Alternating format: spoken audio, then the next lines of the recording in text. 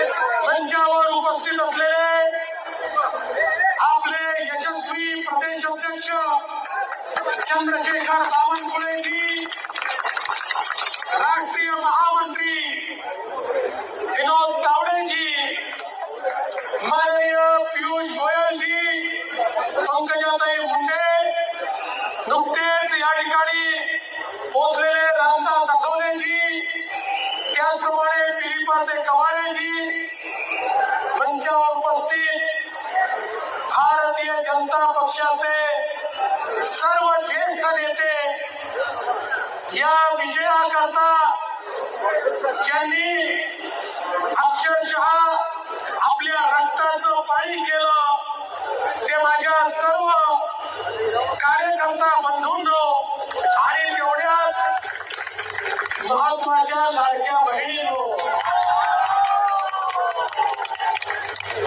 आपल्या सर्वांकरता आजचा दिवस अभूतपूर्व आहे. महाराष्ट्राने पुन्हा एकदा देशाचे प्रधानमंत्री माननीय नरेंद्र मोदीजींवरच विश्वास दाखवलाय. महाराष्ट्राने दाखवून दिलं की आम्ही मोदीजींच्या पाठीशी आहोत आणि महायुतीला भरभरून मतं आज महाराष्ट्राने दिलेली आहेत. आणि म्हणून महाराष्ट्राच्या जनतेचे मनापासून आभार मानतो. या जनतेसमोर आम्ही नतमस्तक आहोत. या जनतेला आम्ही साष्टांग दंडवत या ठिकाणी घालतो. त्या जनतेने हा विजय आम्हाला दिलाय. खऱ्या अर्थानं आमच्या माननीय मोदीजींच्या नेतृत्वात आम्ही महाराष्ट्रामध्ये ही लढाई सुरू केली. ज्यावेळी लोकसभेच्या निवडणुकीमध्ये फेक नरेटिव्ह या महाराष्ट्रात प्रभावी ठरला आणि आम्ही आवश्यक त्या जागा निवडून आणू शकलो नाही. आमच्या मनामध्ये दुःख होतं की देश मोदीजींसोबत चाललाय, पण आम्ही चुकलो. महाराष्ट्र आम्ही देऊ शकलो नाही. फेक नरेटिव्हचं उत्तर आम्ही देऊ शकलो नाही. आणि म्हणून निर्धार केला भारतीय जनता पार्टीच्या कार्यकर्त्यांनी, पदाधिकाऱ्यांनी, महायुतीच्या घटकांनी की आता थांबायचं नाही. फेक नरेटिव्हला थेट नरेटिव्हने उत्तर द्यायचं आणि ते उत्तर आपण देऊन दाखवलं. या निमित्ताने आमच्या सगळ्या राष्ट्रीय विचारांच्या ज्या संघटना आहेत, राष्ट्रवादाने ओतप्रोत ज्या संघटना आहेत, या संघटनांचे आभार मानतो की हा नरेटिव्ह डिमॉलिश करण्याकरता राष्ट्रीय विचाराने ते देखील पुढे आले. आणि या ठिकाणी अराजकतावादी जे फोर्सेस भारत जोडोच्या नावाने या महाराष्ट्रामध्ये लोकांना तोडण्याचा प्रयत्न करत होते, महाराष्ट्रात अराजकाचं बीजारोपण करत होते, त्यांच्या विरुद्ध ही लढाई सुरू झाली आणि राष्ट्रवादी फोर्सेस सगळे एकत्रित झाले आणि त्यांना दाखवून दिलं की जेव्हा राष्ट्रवादी एकत्रित येतात अराजकवादी चालू शकत नाही. विजय राष्ट्रवादाचाच होणार. त्याच्या विजयाने दाखवून दिलं. आणि म्हणून त्या सर्व राष्ट्रीय विचारांच्या ज्या संघटनांनी, ज्या राष्ट्रवादी विचाराने, ज्या आमच्या परिवारातल्या सगळ्या आमच्या संघटनांनी आम्हाला मदत केली, त्यांचे मी अतिशय मनापासून आज आभार मानतो की तुम्ही हा नरेटिव्ह डिमॉलिश करून टाकला. मी विशेष आभार मानतो आमच्या लाडक्या बहिणींचे. त्या लाडक्या बहिणींनी या ठिकाणी मोठा आशीर्वाद दिला आणि आपल्या लाडक्या भावांना असं निवडून दिलं की असं वाटलं छप्पर फाड़ के और झाडू लगा के. अशा प्रकारचा विजय बहिणीने दिला. आणि त्याच वेळी महाराष्ट्रातला शेतकरी, या माझ्या शेतकऱ्याने खऱ्या अर्थानं आम्हाला जो आशीर्वाद दिला, जो पुन्हा फेक नरेटिव्ह त्या ठिकाणी तयार करण्याचा प्रयत्न चालला होता, आमच्या शेतकऱ्यांनी तो फेक नरेटिव्ह धुडकावून लावला आणि या ठिकाणी खऱ्या अर्थानं आम्हाला विजय दिला. आणि सगळ्यात महत्वाचं, या महाराष्ट्रामध्ये एक संदेश देशाच्या प्रधानमंत्र्यांनी दिला. एक है तो, एक है तो, एक है तो. समाजातल्या सगळ्या लोकांनी हा जो संदेश आहे तो समजून घेतला.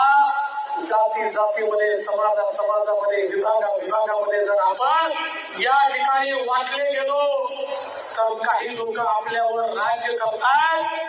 त्यामुळे या ठिकाणी आपल्याला एकत्रित व्हावंच लागेल. हा संदेश मोदीजींनी जनाजनापर्यंत पोहोचवला आणि मोदीजींचा संदेश घेऊन सगळ्या समाजाचे लोक एकत्रित आले आणि सगळ्यांनी मिळून निर्णय घेतला. एक है तो सेफ है. आणि हे सगळे ज्यावेळेस मतपेटीकडे गेले त्यांचं त्या ठिकाणी वोट हे महायुतीकडेच गेलं. कारण त्यांना माहिती होतं महायुती है तो सेफ है, एक है तो सेफ है. मोदीजींच्या संदेशाचा कमाल हा महाराष्ट्रामध्ये आपल्याला पाहायला मिळाला.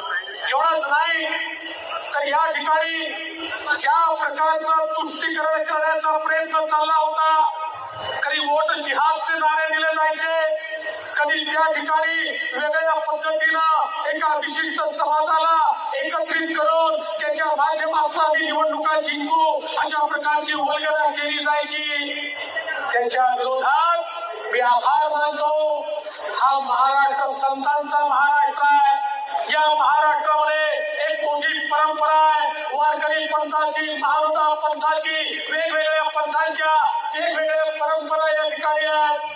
पण या जेवढ्या परंपरा आहेत, जेवढे पंथ आहेत, या सगळ्यांनी एकत्रितपणे सांगितलं आम्ही मतदाता जागृती करणार आणि गावामध्ये, पाड्यामध्ये, वाड्यामध्ये, वस्तीमध्ये त्या ठिकाणी आमचे संत देखील पोहोचले आणि त्यांनी जागृती केली की आपल्याला देव आणि देश आणि धर्माची लढाई आहे. ज्याप्रमाणे छत्रपती शिवाजी महाराजांनी आपल्याला सांगितलं होतं स्वराज्य मिळवायचं असेल तर देव, देश आणि धर्माची लढाई आहे. या लढाईमध्ये प्रत्येकाला उतरावं लागेल. तसंच आमच्या सगळ्या संतांनी देखील सांगितलं हे चालणार नाही. या ठिकाणी मुळभर लोकांना एकत्रित करून निकाल बदलता येणार नाही. जो आमची संस्कृती, जो आमचं या ठिकाणी खऱ्या अर्थानं स्वत्व टिकवेल अशांच्या पाठीमागे जावं लागेल. आणि मला अतिशय आनंद आहे, संतांनी आवाज दिला आणि महाराष्ट्राने हो सांगितलं आणि महाराष्ट्र पाठीमागे आला. आपण म्हणायचो देश चला संतों के साथ, अब होगी ताकत से बात. हे आज महाराष्ट्राने दाखवून दिलं आणि सर्वांना या ठिकाणी आम्ही एकत्रित केलं. विशेषतः ज्या प्रकारे आमच्या अनुसूचित जाती आणि अनुसूचित जमातीच्या समाजाला मोठ्या प्रमाणात संविधानाची भीती दाखवण्यात आली होती. संविधान बदलणार, आरक्षण जाणार, त्यांना देखील हे लक्षात आलं या देशामध्ये भारतरत्न डॉक्टर बाबासाहेब आंबेडकरांचं संविधान संपूर्ण देशात लागू करणारा कोणी एक नेता असेल तर त्याचं नाव नरेंद्र मोदी आहे. ज्या जम्मू काश्मीरमध्ये 75 वर्ष भारताचं संविधान नव्हतं, ज्या जम्मू काश्मीरमध्ये दलित, आदिवासी, ओबीसींना आरक्षण नव्हतं, त्या ठिकाणी 75 वर्षानंतर संविधान लागू करून दलित, आदिवासी, ओबीसींना आरक्षण देण्याचं काम हे मोदीजींनी केलं. मोदीजी देणारे आहेत, घेणारे नाहीत हे जनतेच्या लक्षात आलं आणि आदिवासी समाज, दलित समाज, सगळे समाज आमच्या पाठीशी आले आणि आज आपण पाहू शकतो की सगळ्यांचा आशीर्वाद आपल्याला मिळालेला आहे. आणि म्हणून बंधू भगिनींनो, माझ्या कार्यकर्ता मित्रांनो, आजचा हा विजय हा सामूहिक प्रयत्नांचा विजय आहे. आपल्या महायुतीमध्ये आपले माननीय मुख्यमंत्री एकनाथ शिंदेजी, माननीय अजितदादा पवार, माननीय आठवले साहेब, आपल्या सोबतचे इतर जे पक्ष होते, दिलीपाच्या ठिकाणी असेल, जनसुराज्य असेल, युवा स्वाभिमान असेल, वेगवेगळे पक्ष, या सगळ्या पक्षांनी एकत्रितपणे एक दिलाने ही लढाई लढली. आम्ही एक होतो म्हणून सेफ होतो, एक होतो म्हणून नेक होतो, एक होतो म्हणून आम्ही विजयापर्यंत गेलो.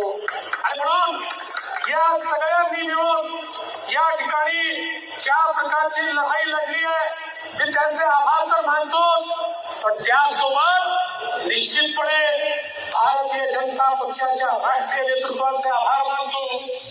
माननीय अमितभाई शहाजींनी या महाराष्ट्रामध्ये येऊन प्रत्येक कार्यकर्त्यामध्ये ऊर्जा भरण्याचं काम केलं आणि